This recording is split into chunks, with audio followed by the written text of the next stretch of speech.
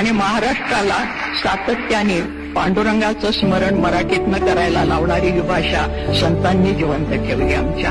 आणि आमच्या या संतांच्या मध्ये मुद्दाम आवर्जून सांगते की मराठी साहित्याचा उगम कुठे झाला, अमुक साली शाळा निघाली आणि माणसं शिकायला लागली, हे आमचं आधुनिक पांडित्य झालं.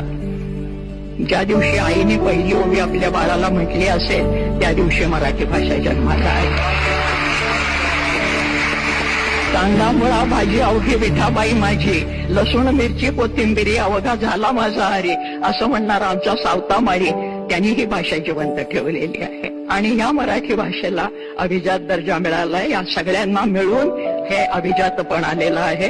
या संतांच्या मध्ये अंत्यज म्हणजे ज्याला आज आपण बीसी आणि ओबीसी वगैरे म्हणतो, ही सगळी मंडळी त्याचे परमभक्त आहेत. हे कुठल्याही शाळेत शिकले नाहीत, त्यांना कोणीही शिकवलं नाही आणि तरी सुद्धा ते मराठीमध्ये काव्य करत होते. याचा अर्थ मराठी फक्त लिखितमध्ये नाही, ती बोलीतनं निर्माण झाली, बोलीमधनं पसरली आणि म्हणून शिवाजी महाराजांना खेड्यापाड्यातले मावळे मिळाले. भाषा ही जिवंत राहिली त्यांच्यामुळे.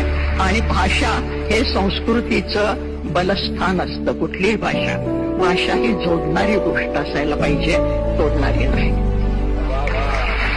पण अंत्यज स्त्रिया सुद्धा आमच्या बोलत होत्या.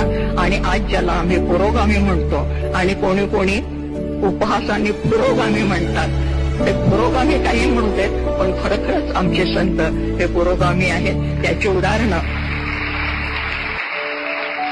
जात पात पक्ष पंथ स्त्री पुरुष भेदाच्या पलीकडे. त्यामुळे स्त्री अध्यक्ष झाली हा महत्वाचा मुद्दा नाही, गुणवत्ता हा महत्वाचा मुद्दा आहे. आणि म्हणून दिल्लीचं तख्त राखणारा महाराष्ट्र माझा हा साहित्यातनं जिवंत राहिलेला आहे, कर्तबगारीतनं जिवंत राहिलेला आहे. ज्या ठिकाणी संमेलन होत आहे त्या ठिकाणी मराठी माणसांनी एकदा छावणी टाकलेली आहे. हा सगळा इतिहास आपल्याला माहिती आहे आणि आपण एकमेकांचं मैत्र जोडून पुढे जाणार आहोत.